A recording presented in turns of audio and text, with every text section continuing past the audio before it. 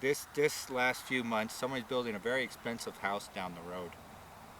So I guess civilization's moving in, and they're going to push out all the chicken farmers. Anyway, the I personally believe that many of us, especially the people who have subscribed to this, I'm just going to ask, what percent have had ET visitors in their life? What percent of my subscribers? And the answer is, say about 20%, a little less, 10 plus. Okay, it's 19%, 19%. And a lot of times you get visitors in your dream state, and they're also extraterrestrials and light beings and things of that nature. I actually thought it was going to be more. It's not as high as I thought. Well, anyway, they're here to help humanity, most of them. I have a better positive feeling about them than other intuitives who put out warnings about them and we shouldn't intermingle. You know, if they wanted to take us over and control us, they could have done it. I mean, they're so different and their technology is so advanced. Now, some of them don't even have technology. It's all thought. And as we have I shown you this? It's all thought. The dowsing is thought. It's not my words. It's like, I don't know what to say. Is President Trump sane?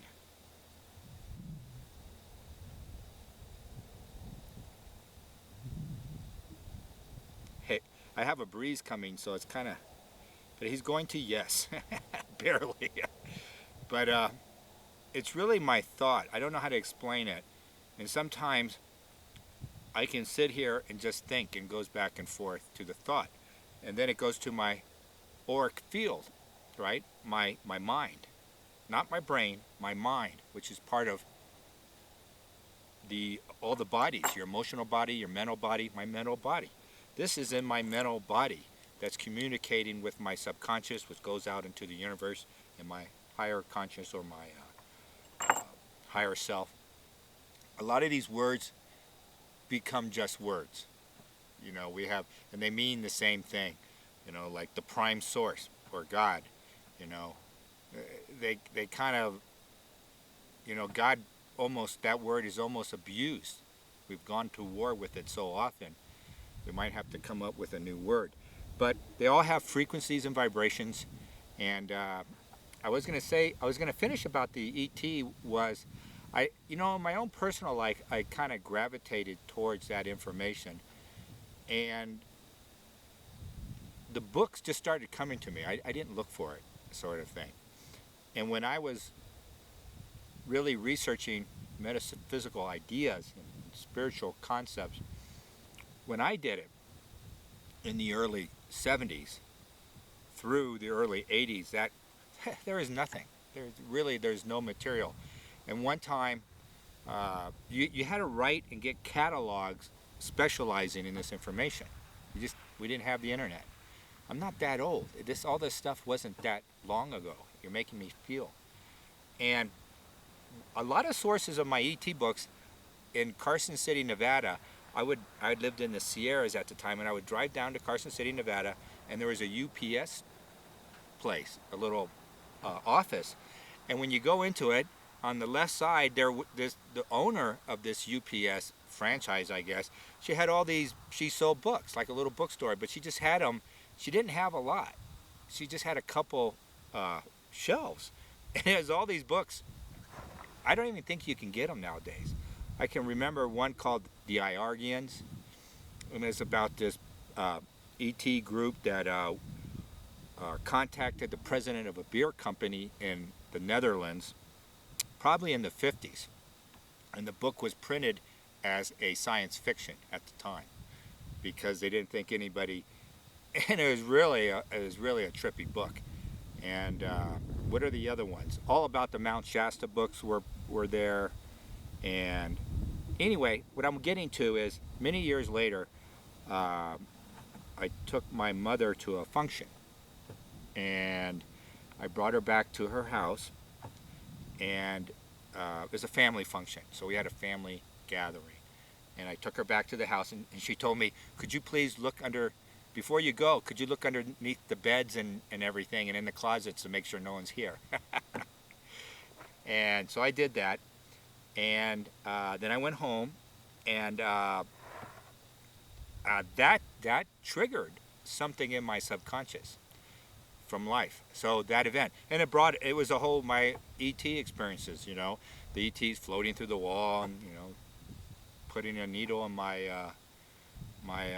neck or whatever. And I noticed my mother was over to the left reading a newspaper. She was frozen. And then there's more, and then that just brought on more and more sort of ET kind of experiences that we push down. I almost think it's better to push it down. You want to reveal it, you want to study it, but it doesn't help you in life any. Now that we're going on into this higher dimension, people are going to be much, much more open to it, and we won't have to rely. We're going to get the information direct. You're going to be consciously getting the information. So, and people that can't handle it, well, they'll just die. Really, I mean, it's because that's going to be the new frequency. It is what it is, and I thought it is interesting that what triggers these experiences. It doesn't bring you money. It doesn't make you rich. If anything, it's a hindrance. So you get this information, and what do you do with it? There's not a lot you can do. And you don't want to come on the radar for the government because they're all messed up. They don't know what they're doing. And that's true. The people dealing with the ET things in the government, they don't understand the next dimension. They fear it. But the governments in general are lower vibration, right? They're just like, and they're afraid of the people. They're afraid of the ETs. They're like almost working. Our relationship with Russia is very much closer than they say it is, and I can go on and on. It's going to be an exciting time because, as I said before, the Communist Party of China is going to lose power in about 3 years. China has an explosion of spiritual renewal. They're going to get rid of all this nonsense about the Communist Party. They're going to get rid of all this baggage. And that's the same almost all over the world to varying degrees. We're going to go through in the United States and Europe. We're going to have an explosion of ideas.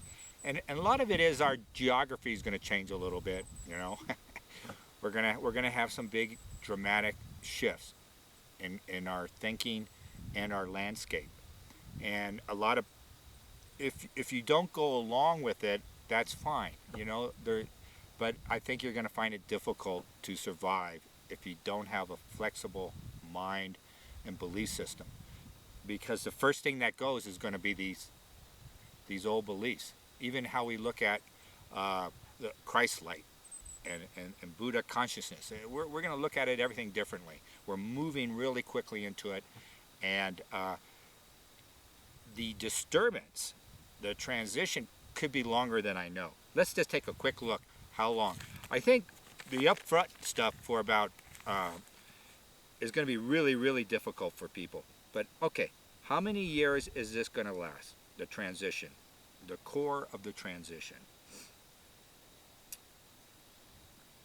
Okay, that's okay. What am I looking at? I am looking at, is that under 20 years? Is that over 10 years? Okay, give me the exact number. So it's gonna last about 15 years. This whole transition, this whole change of frequency, but we're moving into it, and this is like the most difficult. This is the birth. This is the birth. We're in the birth canal. We're coming out, and it's gonna be, and that's almost Ivanka's job. Trump in some way came here to hand it off. He may not even be aware of it himself. And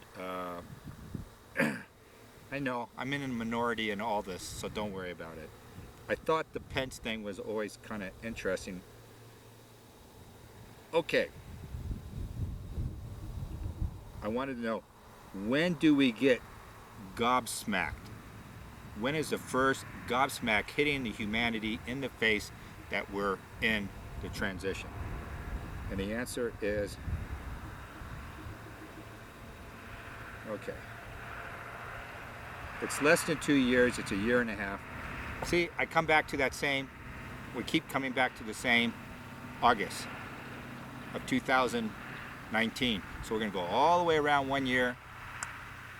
And by that time, that summer, you know, Trump will resign or something and will hand it off to his daughter. But the country's gonna be different. And we're gonna see that it's gonna be different. And just know, it goes on for another 14 years. But, so it's gonna be a dramatic change for humanity. Now, as for all this racial things and stuff, I don't know how it's going to play out. I think the hybrids are going to start coming online in about 40 years, and the whole racial thing is just part of training humanity to get used to different, like ETs and things of that nature. You know, get used to different ways of sentient beings to express themselves, to move around. They're not all humanoids, you know, and different races is elementary. That's like grade 1, and then we're going to go up and we're going to see other creatures from around the world. Second, we're probably just genetic experiments ourselves. We're pasted together. We're conscious beings. We're running around these clay bodies, and then the bodies fall off, and we just move on. We are immortal. There's nothing to worry about. There's really nothing to worry about. We are immortal. There's nothing these Luciferic beings can do. And they're occupying, you know, like that one guy told you, who they're running like the networks. They're really desperately trying to get you to believe in their illusion. And the people aren't following it. They know the raw hate that's coming out of them.